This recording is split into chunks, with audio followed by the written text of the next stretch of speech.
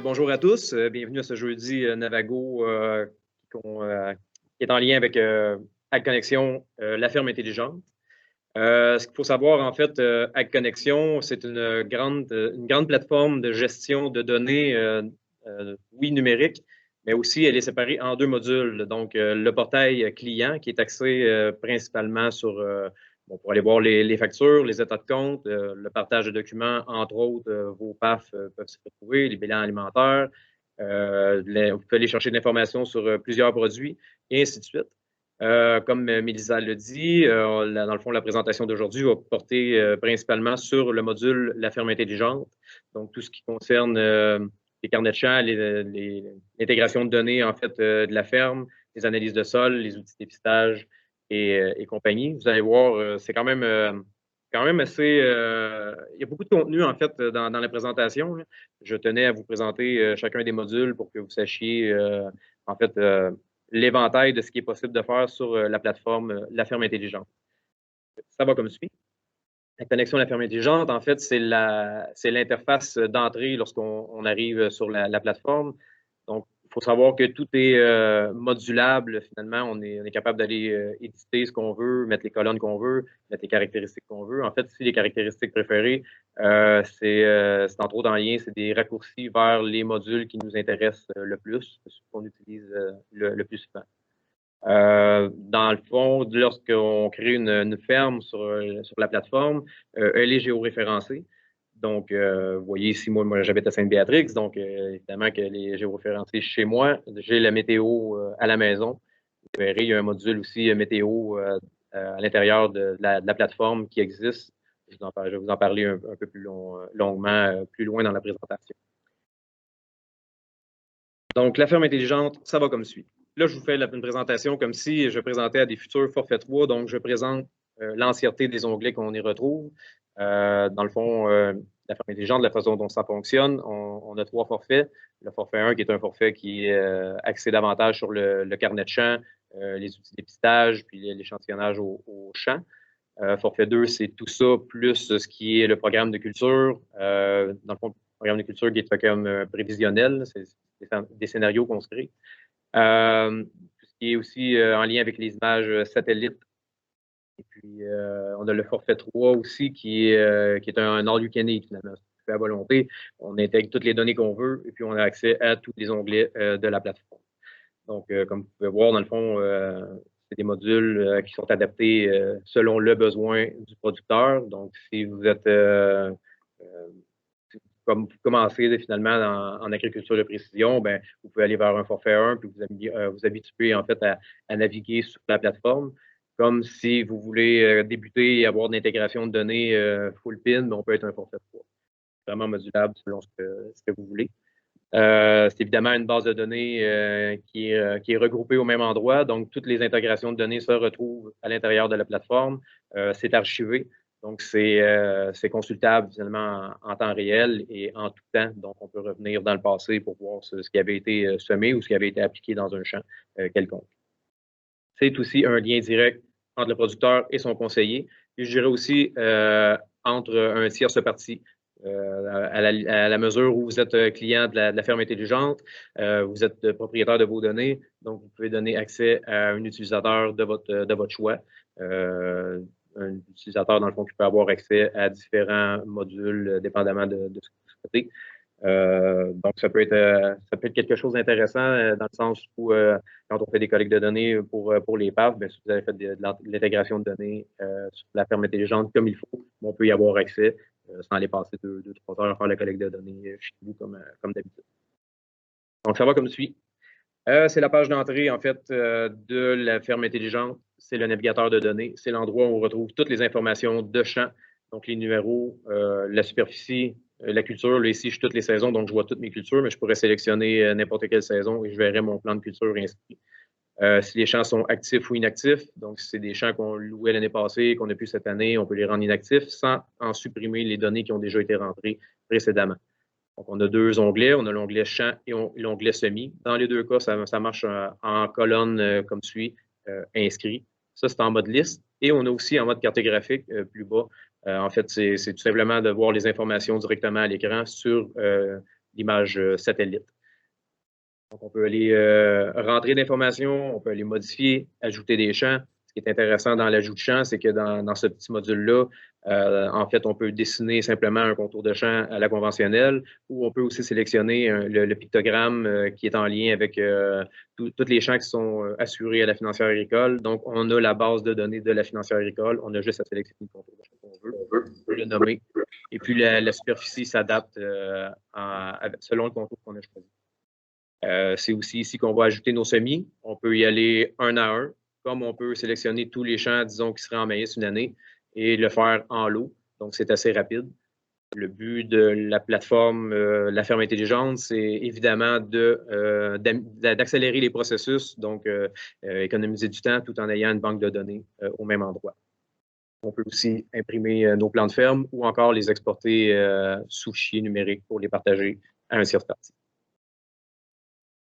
Pour ce qui est du carnet de champs, on a un carnet de champs qui est évidemment accessible via le web, donc via un ordinateur, et aussi via l'application mobile. L'application mobile, en fait, elle est disponible à télécharger pour les produits iOS, donc tout ce qui est produit Apple. Elle n'est pas encore existante pour les produits Android. Toutefois, on est capable de faire un petit tour de passe-passe pour mettre un carnet de champs qui est accessible sur votre produit Android quand même, que vous pourrez utiliser. La seule chose, c'est que vous n'aurez pas accès à l'outil et l'échantillonnage de sol via le cellulaire. Ça n'est pas encore accessible.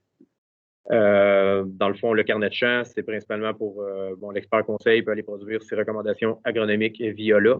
Le client peut produire ses registres d'application ou ses bons de travail. Tout ça, dans le fond, les recommandations agronomiques, ça peut être converti soit en bon de travail ou en registre. On va tout voir ça. Et puis, c'est possible aussi d'imprimer, dans le fond, les rapports qui sont conformes à la législation québécoise. Et pour les producteurs maraîchers, en fait, ce qui est vraiment intéressant aussi, c'est possible, si le carnet de champs est bien rempli conformément, d'imprimer pour avoir les informations conformes au rapport du Canada Gap. Donc, au lieu de passer des centaines d'heures à remplir le rapport, si on a bien rempli le carnet de champs, bien, on a nos informations qui peuvent être imprimées via la plateforme.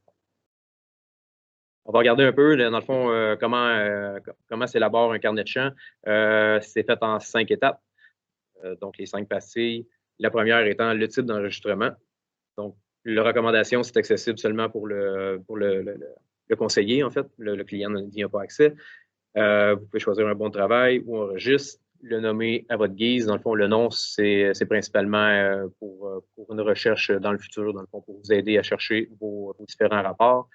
Par exemple, si je ferais une application d'herbicide dans mon maïs en 2021, ben, je pourrais dire herbicide maïs 2021 et je pourrais le retrouver facilement après dans mes rapports.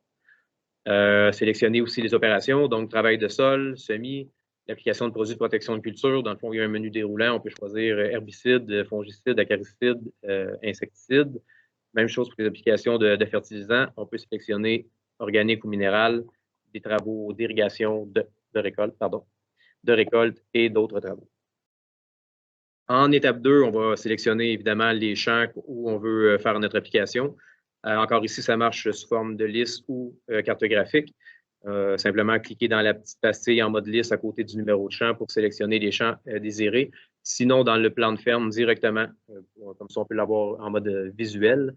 C'est aussi possible de faire un filtre par culture, par variété ou par ferme dans le cas où une entreprise aurait plusieurs fermes dans le fond d'inscrits dans la plateforme.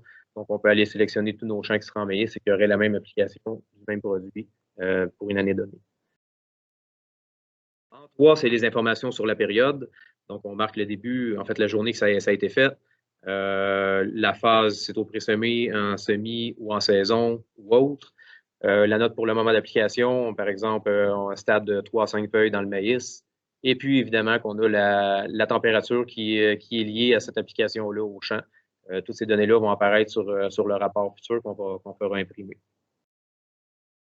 En 4, c'est possible d'ajouter votre équipement. En fait, on va mettre le réservoir utilisé ou encore l'épandeur utilisé et sa capacité pour ensuite venir déterminer le mode d'application, en fait. Donc, si c'est en banc-d'encement, en pulvérisateur ou à la volée, on peut venir choisir l'application là. Et si jamais il y avait un volume de bouillie, bien, ça peut être entré aussi. C'est toutes des informations qu'on retrouvera aussi dans le rapport.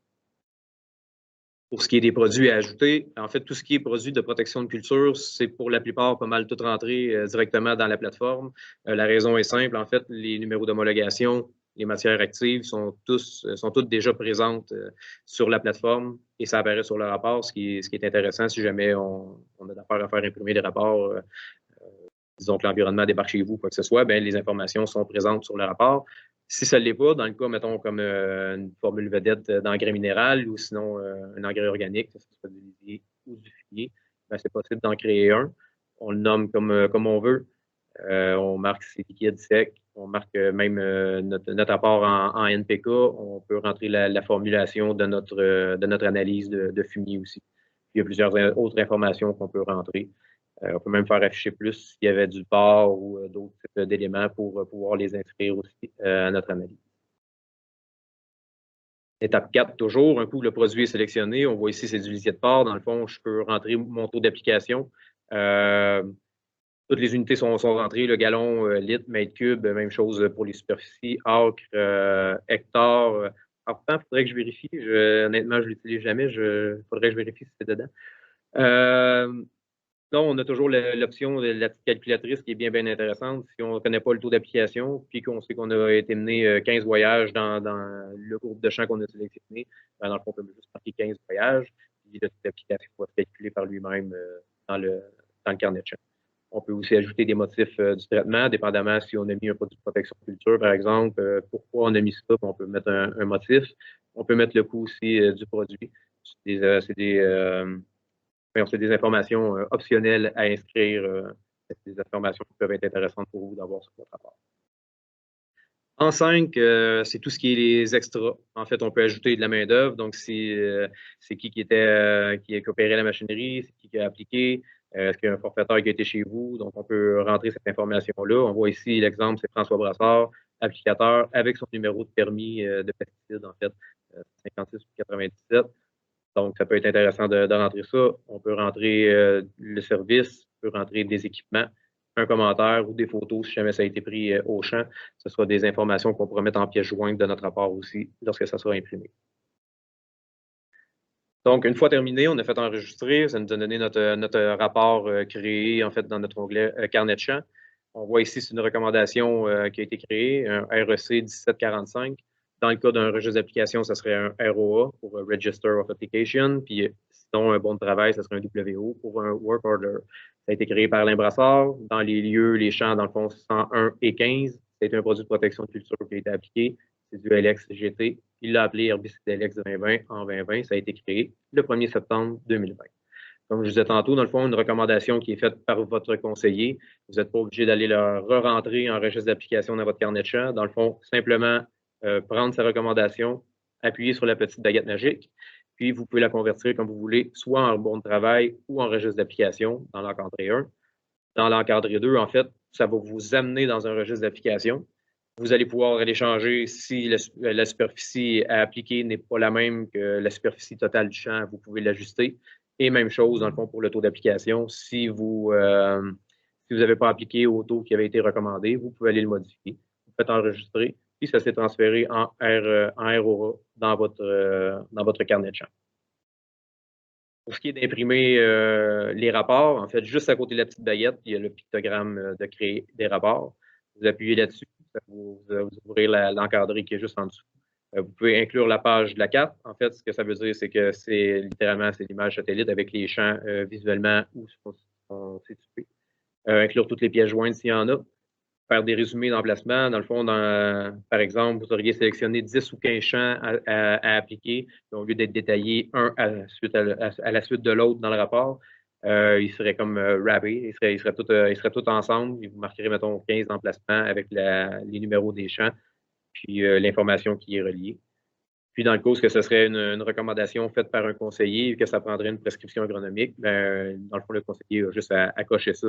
Ça fera une page qui s'ajoute au rapport où il peut avoir, dans le fond, sa signature avec son numéro à l'ordre des technologues ou à l'ordre des agronomes, puis à poser sa signature électronique pour vous envoyer ça.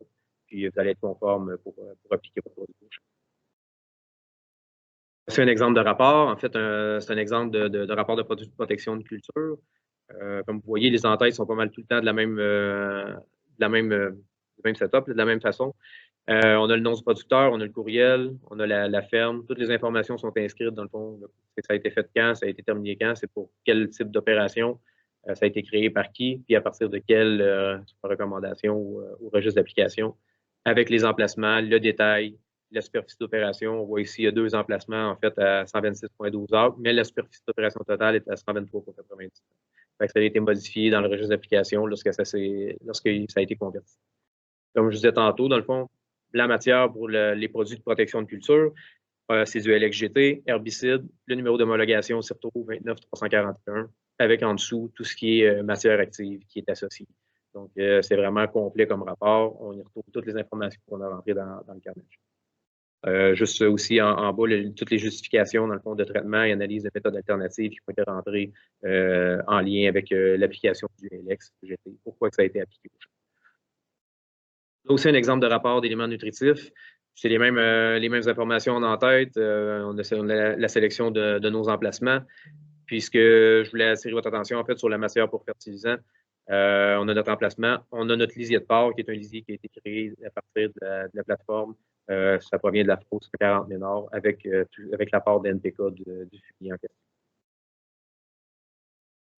Notre module, le programme de culture, comme je disais tantôt, c'est un onglet de prévisionnel. En fait, c'est des scénarios qu'on se fait. On se plaît à dire que c'est du travail d'hiver. C'est un peu du travail de moine, en fait. Il faut avoir un peu de temps pour s'asseoir puis modifier ou créer nos propres scénarios. On a 2 options. En fait, on a les scénarios qui sont partagés. Ça provient de Beauregard, du CRAAC, en fait. On peut prendre un scénario qui est partagé et l'envoyer en personnel. Donc, un coup, différent en personnel, on peut le modifier à notre guise. Ici, on est en mode liste encore. Dans le fond, c'est drag and drop. On glisse le scénario qu'on veut dans le champ donné. Je vais vous expliquer un peu comment ça fonctionne, les scénarios, un petit peu plus loin. Ça, c'est mon mode cartographique. Même façon de procéder. Dans le fond, on glisse dans le champ désiré. S'il y en a qui aiment plus ça du côté visuel, ben ça peut être possible. La façon dont ça fonctionne, dans le fond, le programme de culture, c'est vraiment, dans le fond, c'est toute l'information reliée aux coûts, aux revenus, aux dépenses.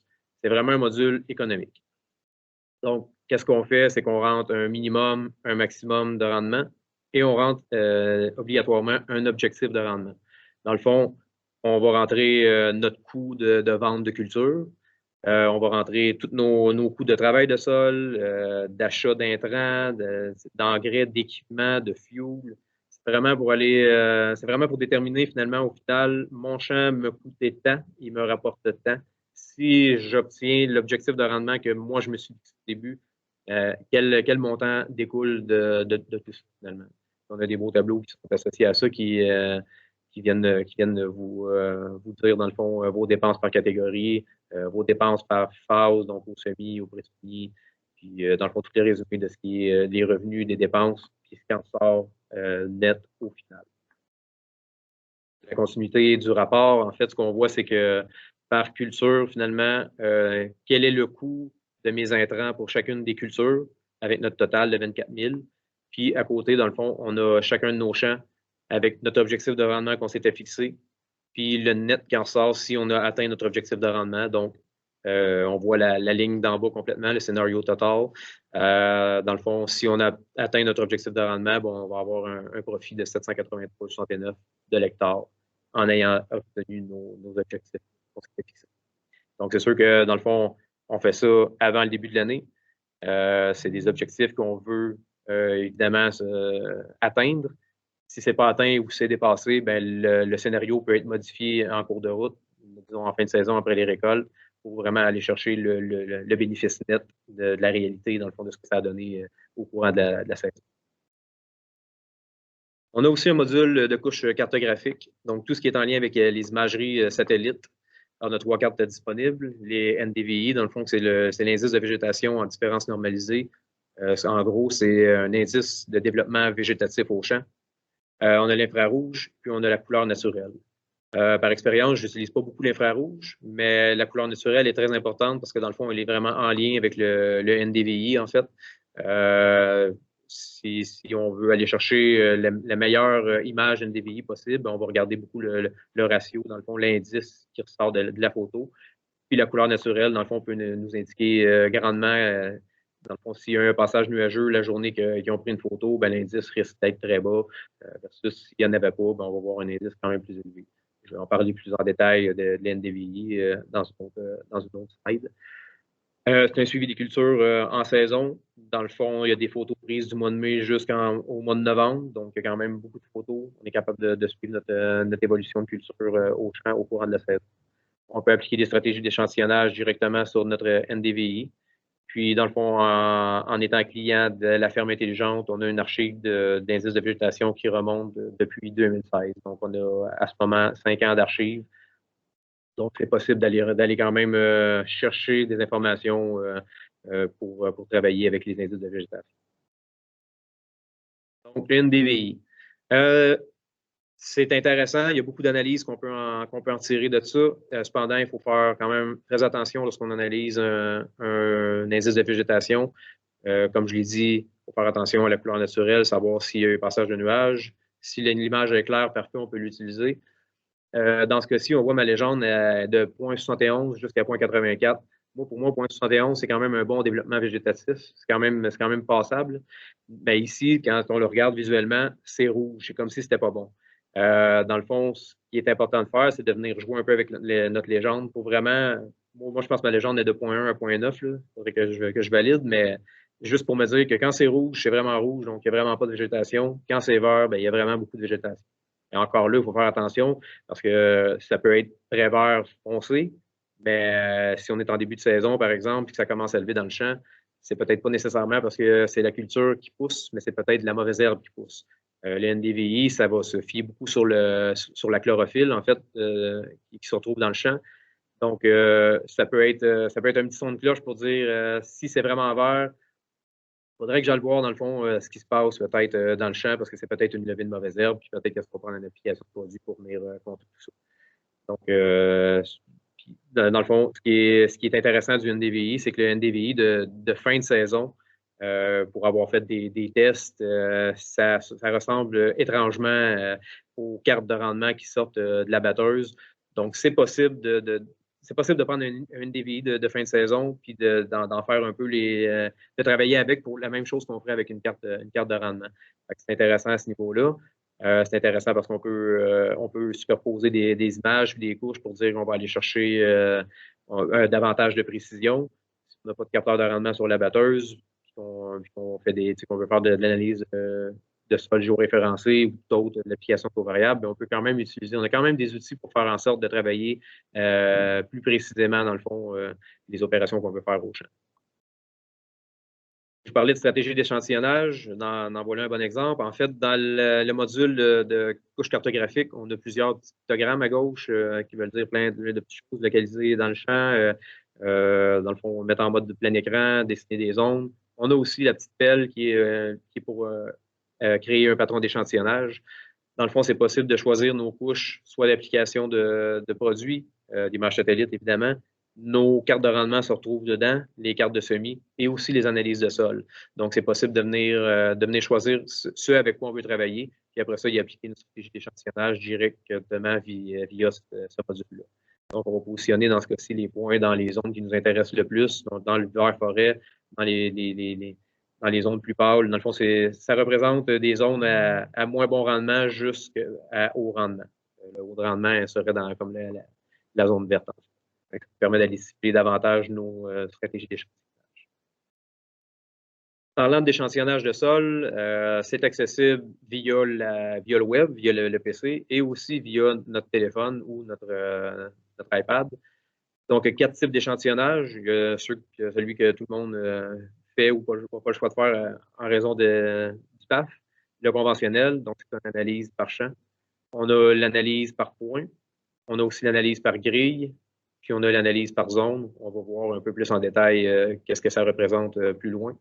Et ce qui est vraiment le fun, dans le fond, de l'outil d'échantillonnage de sol de la plateforme, c'est que tout est en lien direct avec notre laboratoire Environex. C'est-à-dire tout ce qui sort du tout ce qui sort de la plateforme s'en va au laboratoire, puis le laboratoire repousse l'information dans la plateforme. Fait qu'il y a, il y a comme rien à toucher, puis nos cartes rentrent intégralement dans la plateforme.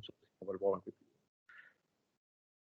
Donc, l'échantillonnage de sol par point, ben, c'est simple, c'est qu'on met, on appelle ça un pattern en W, en fait. On va mettre des points un peu aléatoirement dans le champ. On ne se fie pas sur rien, en fait, parce que chacun des points va être mis dans la même boîte, puis brassé, mis dans une boîte d'analyse envoyée au laboratoire. Donc, c'est pas nécessaire de se fier vraiment sur la pédologie, c'est pas nécessaire de se fier sur des cartes de rendement ou du NDVI. On y va vraiment aléatoire dans le champ.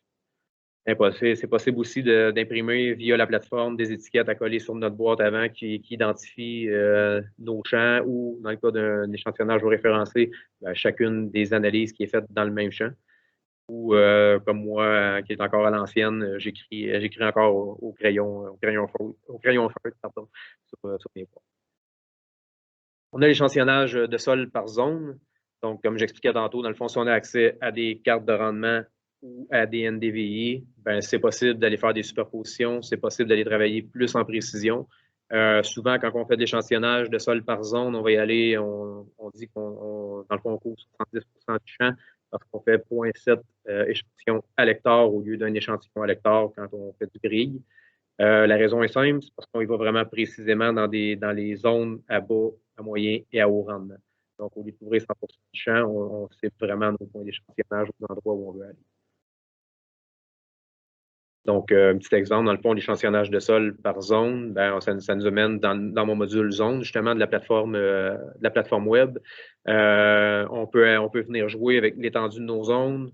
On peut venir jouer avec nos données. C'est aussi là qu'on va faire des recommandations ATV. Dans le fond, quand on fait ajouter un attribut, on va pouvoir se mettre des données dans nos zones qui sont destinées à l'écran. Comme par exemple, ici, je ne connais pas nécessairement la superficie du champ en question, mais on viendrait peut-être mettre 2 points dans la zone verte, 2 points dans la zone jaune, puis 1 ou 2 points dans la zone rouge pour venir vraiment établir qu'est-ce qui fait qu'une zone est moins bonne et qu'est-ce qui fait que l'autre zone est bonne. L'échantillonnage par grille, c'est littéralement d'appliquer une grille. Dans le fond, on peut même jouer avec la grosseur des cases, la hauteur, la largeur. Dans ce cas-ci, c'est réglé à une analyse à l'hectare. Dans le fond, mes carreaux représentent 1 hectare. On peut jouer avec la grille, on peut la tourner, on peut l'aligner avec le sens des rangs. Tout est modifiable. Donc, dans le fond, on applique la grille, elle nous amène des points. Comme par exemple, ici, dans le fond, moi, le point qui est en haut à droite, ben, je ne l'aime pas parce qu'il est vraiment sur le bord du champ. La grille est appliquée. Je vais chercher mon petit modifié à gauche, puis je vais aller rentrer mon point. Je peux aller renuméroter mes points comme ça. Donc, je peux créer mes stratégies d'échantillonnage avant d'entrer dans le champ.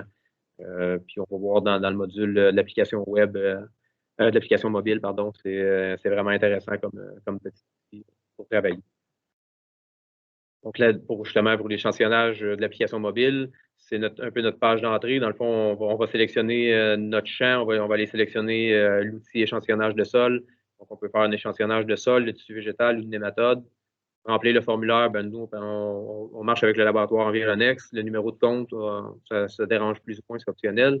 La saison, la profondeur à laquelle on pique, puis notre forfait d'analyse, on va plus ou moins, mais on peut choisir standard. Si on veut une analyse granulométrique, on va choisir granulométrique. Puis après ça, on va sélectionner la méthode. Donc, dépendamment de ce qu'on a fait, est-ce qu'on va faire un échantillonnage par point, est-ce qu'on va faire un échantillonnage par zone ou un échantillonnage par grille? Ben, c'est là qu'on va le sélectionner. Dans le fond, en appuyant suivant, la stratégie qu'on a établie sur le web avant de partir va être inscrite à l'écran.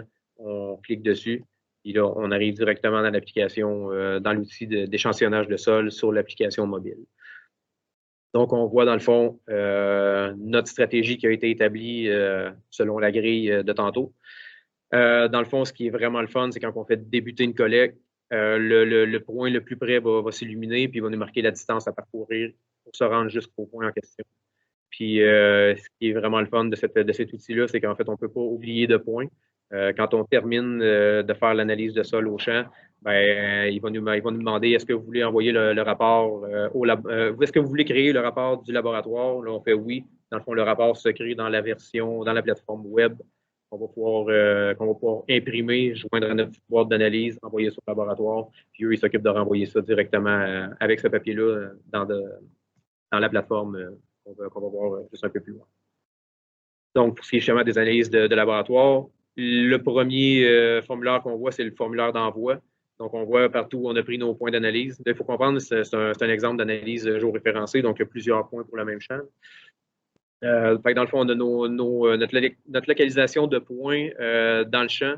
Là, on voit pas, mais après ça, il y a le détail des points. Le deuxième formulaire, dans le fond, c'est le sommaire des événements. C'est si on fait imprimer un rapport de la plateforme web, on va avoir nos informations pour chacun des points. On va avoir les données qui sont associées pour chacun des éléments. Puis, dans la troisième encadrée, en fait, c'est le tableau de bord directement sur la plateforme web quand on va aller chercher nos données, qui va comme suit. Ce n'est pas le même champ, mais on voit que quand même, il y a eu 30 échantillons dans ce champ-là. On peut aller consulter chacune des données pour chacun des éléments, en fait. Donc, on voit que c'est beaucoup mosaïqué. Il y a quand même beaucoup de variations. C'est souvent qu'est-ce qu'on retrouve quand on fait de l'analyse géoréférencée dans des champs. Il y a quand même beaucoup de variations. Donc, ça nous permet d'aller sélectionner, par exemple, là, on a un exemple, c'est la potasse ici. On peut aller sélectionner notre pH tampon pour voir est-ce que ça prend de la chaux dans le champ, est-ce que ça prend de la potasse, est-ce que ça prend un apport en éléments, on a des carences à des places. Ça nous permet, entre autres, de travailler l'application taux variable puis de faire en sorte de ne pas sous- ou surfertiliser un champ. Donc, ici, c'est un exemple de rapport qui sort, dans le fond, visuel. On a tout ce qui est échantillonnage de précision, donc on voit que c'est beaucoup plus mosaïqué. Sinon, on a un rapport d'échantillonnage composite. C'est évidemment une donnée, donc une couleur. Tout ce qui est sommaire des substances, dans le fond, toutes nos données d'éléments vont apparaître. Puis si on veut si on veut simplifier davantage le rapport, en fait, on peut le mettre à 4 images par page. Ça va éviter de donner un rapport qui fait 15-16 pages. Il faut en faire 4-5. Puis si on veut joindre, dans le fond, ces rapports-là papier à nos dossiers.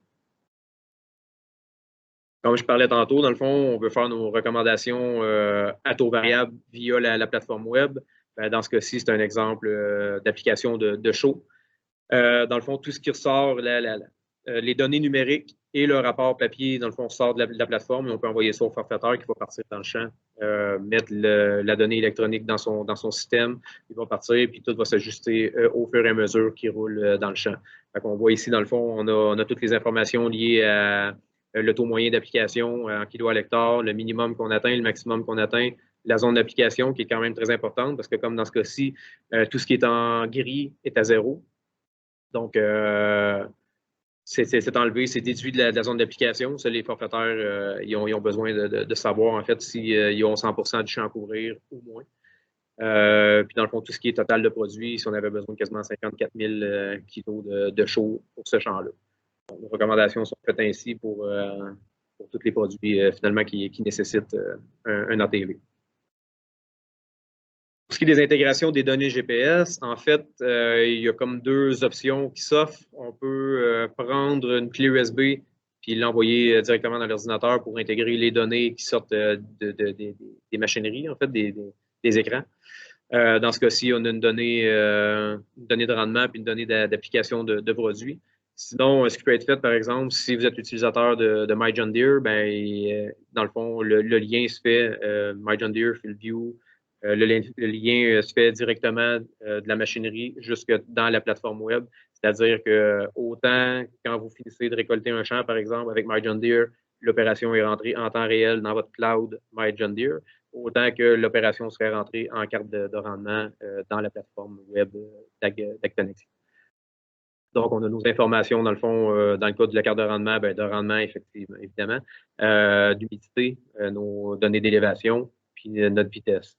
Ce qui est important de faire, c'est d'aller zioter un peu la carte de rendement, parce que dans le fond, ça peut être rouge, mais vous pouvez avoir été arrêté dans le champ, donc vous êtes à 0 km. Évidemment que s'il n'y a rien qui rentre dans le capteur de rendement, il n'y a rien qui va ressortir sur la carte de rendement, ça va donner du rouge. Fait qu'on peut aller nettoyer un peu ces données-là pour venir enlever les fausses données, en fait, les données aberrantes. Dans notre exemple du bas, qui est un exemple d'application de produits liquides, en fait, ce que ça nous dit, c'est qu'on a nos données de précision d'application. Donc, si on avait oublié une ligne, s'il y a une buse qui a fermé ou peu importe, qui a été défectueuse pendant l'application, ben, on le verrait, ça serait en rouge. On a nos données d'application. On a notre application cible, en fait, qu'on voulait faire. On a les données d'élévation et de vitesse aussi. Dans ce cas-ci, dans le fond, ce qu'on voit en vert, c'est que l'application a bien été. Ce qu'on voit en bleu, c'est que ça a été, il y a eu une surdose, en fait. Il y a eu une défectivité ou quoi que ce soit, je saurais dire, ou quand ça a tourné, il y a une buse qui est fermée ou peu importe. Mais ça permet de voir est-ce que l'application qu'on a faite dans le champ a été bien faite ou non. Ça, j'en ai parlé un petit peu tantôt, analyse pluriannuelle. Dans le fond, on a un module qui est consacré à ça. Si on a nos cartes de rendement, justement, c'est par ce module-là qu'on va passer pour aller faire nos superpositions. Si on a 2, 3, 4, 5 ans d'années de cartes de rendement, bon, on peut les superposer. Dans le fond, plus on en a, plus on va aller cibler nos mauvaises zones puis nos meilleures zones.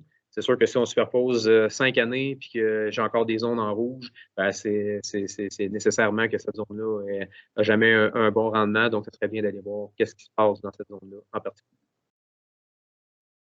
Ça, c'est un petit module qui est bien, bien intéressant. Je dois avouer que je ne l'utilisais pas nécessairement avant, puis je l'ai comme découvert dernièrement. Notre module d'analyse d'essai au champ. Dans ce cas-ci, c'est un exemple qui a été fait avec une application de fongicide à 1,5 litres à l'hectare. Dans le fond, on a notre surface d'essai. Il faut que je dise, ça peut être fait en produit de protection, ça peut être fait en semences, donc en différentes variétés, en fertilisant, puis d'autres produits. Dans le fond, notre zone assurée, qui est notre zone d'essai, qui faisait 6,56 hectares, et le reste du champ à 18,39 hectares. Bon, ce qui découle dans le fait de ce test-là, c'est on peut rentrer les coûts d'application du produit, les coûts du produit. Ça nous donne un coût total à l'hectare. On peut voir dans le fond qu'ici, dans ma surface d'essai, j'ai sorti 15,4 15 437 kg à l'hectare versus dans mon reste du champ à 14 657 à l'hectare. Donc, il y a quand même une bonne différence entre les deux. Puis ça nous donne un résultat en fait en valeur nette de 135 et 92 de l'hectare qu'on aurait pu ressortir en bénéfice si ça avait été fait à la grandeur du champ. Un autre petit module d'analyse, ce coup-ci, analyse par variété. En fait, le test a été fait, c'est 3 soya qui ont été appliqués dans un champ. On a à gauche, dans le fond, les différentes variétés, leur localisation dans le champ, et puis à droite, la carte de rendement qui en découle. C'est pas nécessairement un module qui va nous donner une donnée économique, mais elle va nous donner une donnée sur le rendement. Donc, on s'aperçoit ici que le Acras a craché plus que les autres, finalement. Fait que ça nous permet de voir pour un même type de sol, pour une même année, en fait, pluvieuse ou sec, ça nous permet de voir quelle variété a été la meilleure dans nos comparaisons. On peut mettre plus que 3 variétés pour en avoir 5, mais c'est un petit module qui est bien, bien intéressant pour peut-être dans le futur dire j'aimerais mieux citer cette variété-là plutôt qu'une autre. Module météo, comme je vous avais parlé tantôt, on y reviendrait. Ici, il faut comprendre, dans le fond, je suis à la hauteur de la ferme. C'est comme si j'avais la météo pour la ferme en entier sur 5 mois. Donc, je peux voir mes températures maximum, ben, ça atteint 36 degrés sur le mont 5 mois, moins 1. On a nos degrés jours de croissance, les précipitations totales qu'il y a faites en cours de saison, les précipitations solides, en fait, sous forme de neige, le dernier gel qui était au 13 mai. Donc, on a notre information sous forme de tableau. Ce qui est intéressant, en fait, c'est que là, je suis sur la ferme en Nancy, mais je pourrais aller chercher un champ à données qui serait peut-être pas à côté de la ferme, puis que je voudrais savoir combien il y a tombé de précipitation là, ben, je peux aller chercher l'information. Puis, dans le fond, on a des différents tableaux qui nous donnent, bon, sous forme visuelle, les précipitations, à quel moment ils ont tombé, à quelle intensité. Puis, nos tableaux de degrés jour de croissance, on peut voir la courbe, dans le fond, que ça a pris selon l'avancement dans la saison. Notre fameuse application mobile. Dans le fond, bon, comme je disais, pour les produits iOS, produits Apple, vous avez accès avec l'application mobile au carnet de champ, à l'outil dépistage, aux outils, en fait, échantillonnage de sol au champ, les couches cartographiques, l'instruction routière, puis vous pouvez aussi, depuis peu, consulter vos analyses de sol dessus aussi. L'outil dépistage, vraiment un outil formidable. Pour vrai, c'est vraiment complet. Puis on peut vraiment aller chercher, on peut vraiment aller voir en fait tout ce qui a été vu au champ par soit par le producteur qui a marché ou soit si vous avez fait dépister votre champ par un conseiller, les informations vont être entrées dans la plateforme et consultables en tout moment. Donc, on voit ici l'exemple, il y a de l'abutilon qui avait été vu à cet endroit-là. On a une observation d'abutilon qui faisait 6 cm à 3 feuilles, gravité de l'infestation, le pourcentage de la zone. Il y a eu une photo prise qui est jointe au rapport. Dans le fond, on a des observations qui peuvent être faites sur la culture, sur le sol, les maladies, les insectes, les vertébrés, les mauvaises herbes, les carences, dommages, corps étrangers. On peut faire simplement une note qu'on aurait vue dans le champ en se promenant en tracteur. On peut faire des densités de semis et des estimations de rendement aussi. Fait que vraiment, là, on est capable de venir utiliser cet outil-là à bon escient, dans le fond, pour venir sortir des observations puis de l'information sur nos champs. Un exemple de rapport de dépistage que ça donne, dans le fond, ici, notre point rouge, qui est le point 2, c'était une maladie, l'anthracnose, donc à sévérité faible, à 5 d'affectation dans le champ. Puis 1, c'est mon fameux abutilon encore qui avait été répertorié dans ce champ-là. Donc, on a tout sur papier, dans le fond, ce que ça donne. Lorsque le dépisteur sort du champ, il peut envoyer le rapport en temps réel, en fait, au producteur. Donc, le producteur peut être en train de faire autre chose, puis voir est-ce qu'il y a une action qui est requise au dépistage qu'il y a eu aujourd'hui dans mon champ. En lien avec le dépistage, dans le fond, comme je disais, on peut aussi appliquer les couches cartographiques directement sur l'application mobile. Dans ce cas-ci, vous voyez, comme je disais tantôt, quand c'est vert, ça peut être très bon, comme ça peut sonner une petite cloche sur un problème ou quelque chose d'autre à observer dans le champ. Dans le fond, les dépisteurs peuvent se fier sur ces couches cartographiques-là pour peut-être aller marcher le champ et aller voir plus précisément qu'est-ce qui se passe dans cette zone-là, plus que dans une autre. Le tableau de bord de dépistage, quand même très intéressant. En fait, j'ai une ferme en tête. Là, il doit y avoir comme 10 à 15 dépisteurs qui vont chez eux. Dans le fond, ça leur permet de faire vraiment un suivi de toutes les interventions qui sont faites dans le champ chez eux. On voit ici, dans le fond, il y a eu 43 visites dans le champ, donc 43 dépistages pour une superficie de 264,66 hectares. C'est quoi les cultures qui ont été dépistées? Qu'est-ce qui a été recensé comme observation, des dommages, l'humidité et compagnie, le pourcentage que ça en lien avec quoi que ça a été observé, puis qui a fait ces dépistages-là, en fait. On a le pourcentage de personnes, dans le fond, qui a été faire les observations au champ. Tous ces beaux petits modules-là sont paramétrables, donc, dans le fond, si vous voulez avoir une information plus qu'une autre, c'est possible de l'avoir. Nous, ça avait été paramétré comme ça. Donc, c'est un outil qui est vraiment le fun pour suivre, dans le fond, l'évolution des travaux, des dépistages qui a été fait au champ. Je vous dirais, c'est quoi les avantages d'utiliser la plateforme numérique, la ferme intelligente? Évidemment que la plateforme numérique, elle a été faite vraiment pour simplifier la vie, en fait, accélérer les processus, donc économie de temps. Vous pouvez prendre vos prises de données directement sur votre téléphone dans le tracteur en faisant l'opération. Tout est interrelié. Donc, ce que vous écrivez, en fait, sur le téléphone rentre en temps réel sur la plateforme web. Donc, c'est comme je disais tantôt, si c'est bien fait, si l'information est bien rentrée au champ, vous pouvez aller produire vos rapports après, les rapports qui sont conformes aux législations. Des dossiers complets à portée de main. Donc, malheureusement, ça arrive des choses comme ça, mais l'environnement débarque des fois chez vous. Puis, dans le fond, c'est possible de juste ouvrir vos dossiers, vos rapports, puis leur montrer ce qui a été fait. Vous ne faites pas de planche, en fait, au niveau de l'environnement. Regarde, moi, c'est ça que j'ai appliqué chez nous, puis je suis en règle.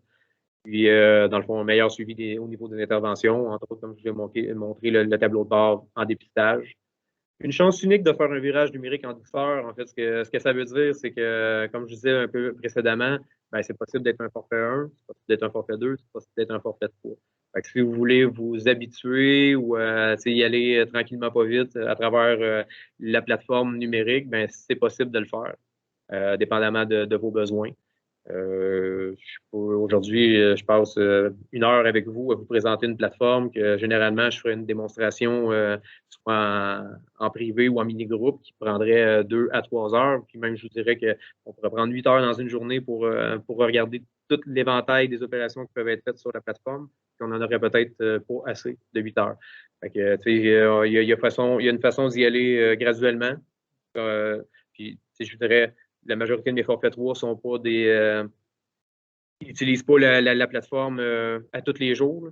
Ils l'utilisent principalement pour faire plein d'intégrations de données, en fait, puis d'avoir un maximum de données à travailler avec. C'est principalement nous, les conseillers, qui font travailler après à faire des recommandations taux variables, puis à faire des patrons d'échantillonnage par zone. C'est nous qui vont pousser la machine davantage pour faire du travail de précision. Donc, si on poursuit une plus grande uniformité des interventions, bien, évidemment que tout est fait à partir de la plateforme, tout se retrouve dans la plateforme. Ce n'est pas une plateforme qui est faite juste pour l'agriculture de précision. Comme je vous l'ai montré, en fait, il y a des modules autant agronomiques, autant économiques, comme on peut aller dans l'extrême de l'application de précision. C'est vraiment, dans le fond, la ferme intelligente, actuellement, c'est la plateforme numérique la plus complète du marché. Donc, on peut vraiment aller de A à Z. Il y en a qui n'ont pas de module économique. Chacune a ses points forts, ses points faibles. Je dirais que la plateforme, en ce moment, c'est vraiment comme la plus complète. Puis elle est en constante évolution. On est plusieurs à travailler dessus, donc on est plusieurs à l'utiliser. Quand on a des recommandations à faire, on les envoie, puis ces recommandations-là sont prises en compte, sont envoyées chez notre fournisseur de la plateforme. Puis l'évolution, ça fait 3 ans qu'on travaille avec la plateforme. Les gens qui travaillaient avec à l'année 1 puis qui travaillent avec aujourd'hui pourraient en témoigner. Il y a eu un gros step depuis 3 ans sur l'éventail des choses qu'on peut faire, en fait, sur le côté complet de la plateforme. Puis comme je le disais, ben, c'est un lien direct entre le conseiller et le producteur. C'est vraiment si un ou l'autre a besoin d'aller chercher de l'information, que ce soit poussé par le conseiller ou que ce soit poussé par le producteur, ben, les deux y ont accès. Puis dans certains cas, j'ai des fermes qui peuvent avoir 5 à 10 utilisateurs qui sont rentrés pour leur ferme pour donner accès à certaines personnes. Donc, c'est modulable. C'est le beau côté de la chose, en fait. Je ne pourrais pas finir sans passer à côté de la certification qu'on a obtenue. La ferme intelligente est la seule du marché à avoir obtenu l'intégralité des certifications AgData transparent. Ce que ça veut dire, en fait, c'est que quand vous êtes client chez nous, vos données vous appartiennent, c'est votre propriété. On n'a pas le droit de divulguer de données à qui que ce soit sans votre accord. C'est vraiment faire en sorte de vous dire, on a eu beaucoup de craintes, puis il y a eu des cas, on en a vu, entre autres chez nos voisins du Sud, qu'il y a une compagnie qui a vendu des données à une tierce partie, qui était une compagnie d'assurance, puis le prix des terres a augmenté à cause de ça. Je veux vraiment mettre ça au clair. En fait, la ferme intelligente est certifiée à 100% AgData transparent. Donc, vos données restent confidentielles sur la plateforme et vous êtes les heureux propriétaires de ces données. Donc, je vous remercie beaucoup. Je suis disponible pour vos questions si vous en avez. Si jamais vous avez des questions plus pointues, si vous voulez qu'on passe à travers certains modules, parce qu'il y a des onglets qui vous intéressent plus que d'autres, mon téléphone est ouvert constamment. Je suis toujours disponible pour les questions. Donc, merci beaucoup de votre écoute.